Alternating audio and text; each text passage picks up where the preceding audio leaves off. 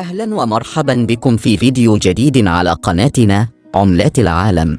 هذا هو الشكل الثامن لعملة ال5 جنيه المصرية وكان عليها الملك توت عنخ آمون، وهو أحد فراعنة الأسرة المصرية 18 في تاريخ مصر القديم، وكان فرعون مصر من 1334 قبل الميلاد إلى 1325 قبل الميلاد. يعد توت عنخ آمون من أشهر الفراعنة لأسباب لا تتعلق بإنجازات حققها أو حروب انتصر فيها كما هو الحال مع الكثير من الفراعنة، وإنما لأسباب أخرى تعد مهمة من الناحية التاريخية، ومن أبرزها هو اكتشاف مقبرته وكنوزه بالكامل دون أي تلف. واللغز الذي أحاط بظروف وفاته، إذ اعتبر الكثير وفاة فرعون في سن مبكرة جدا أمرا غير طبيعي، وخاصة مع وجود آثار لكسور في عظمي الفخذ والجمجمة، وزواج وزيره من أرملته من بعد وفاته، وتنصيب نفسه فرعونا. كل هذه الأحداث الغامضة والاستعمال الكثيف لأسطورة لعنة الفراعنة المرتبطة بمقبرة توت عنخ آمون التي استخدمت في الأفلام وألعاب الفيديو جعلت من توت عنخ آمون أشهر الفراعنة لألغاز وأسئلة لا تزال بلا جواب، اعتبرها البعض من أقدم الاغتيال في تاريخ الإنسانية. توفي توت عنخ آمون صغير السن ودفن في مقبرته شرطة مقبرة 62 في وادي الملوك. كان توت عنخ آمون بعمر 9 عندما أصبح فرعون مصر، واسمه باللغة المصرية القديمة تعني الصورة الحية للإله آمون، كبير الآلهة المصرية القديمة. عاش توت عنخ آمون في فترة انتقالية في تاريخ مصر القديمة، حيث أتى بعد أخناتون الذي حاول توحيد آلهة مصر القديمة في شكل الإله الواحد الأحد.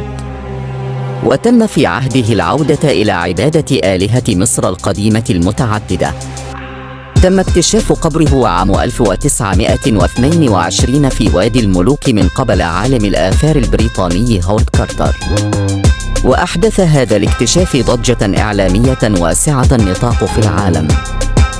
توت عنخ آمون ابن الملك أخناتين أمنحتب الرابع.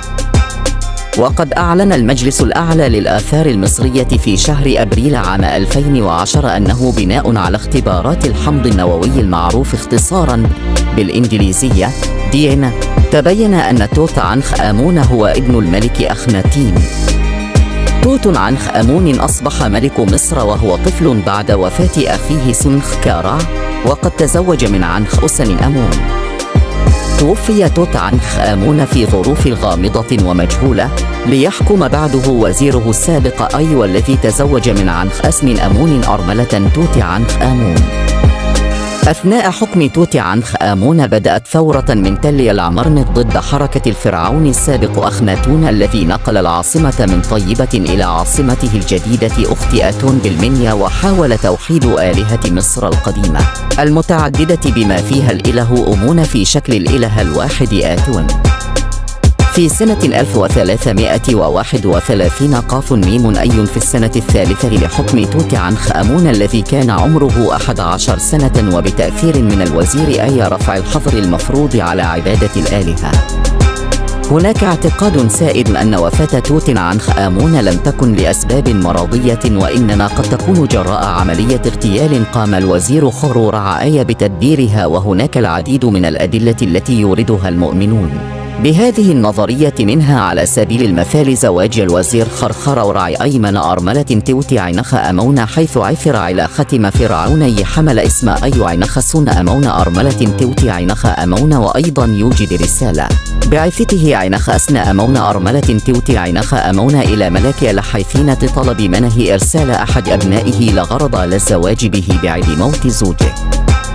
وقام ملك الحيثيين بإرسال أحد أبنائه كي يتزوج من أرملة توت عنخ آمون، ولكنه مات قبل أن يدخل أرض مصر، وهناك اعتقاد أنه تم اغتياله على الأرجح بتدبير من الوزير خورو رعاي، الذي فيما يبدو كان يخطط للاستيلاء على عرش مصر، فقام بقتل لملك توت عنخ آمون أوتل ابن ملك لحيثين، ولكن هذا فرضيات ولا يوجد دليل قاطع على إثبات كلا هذا النظريات.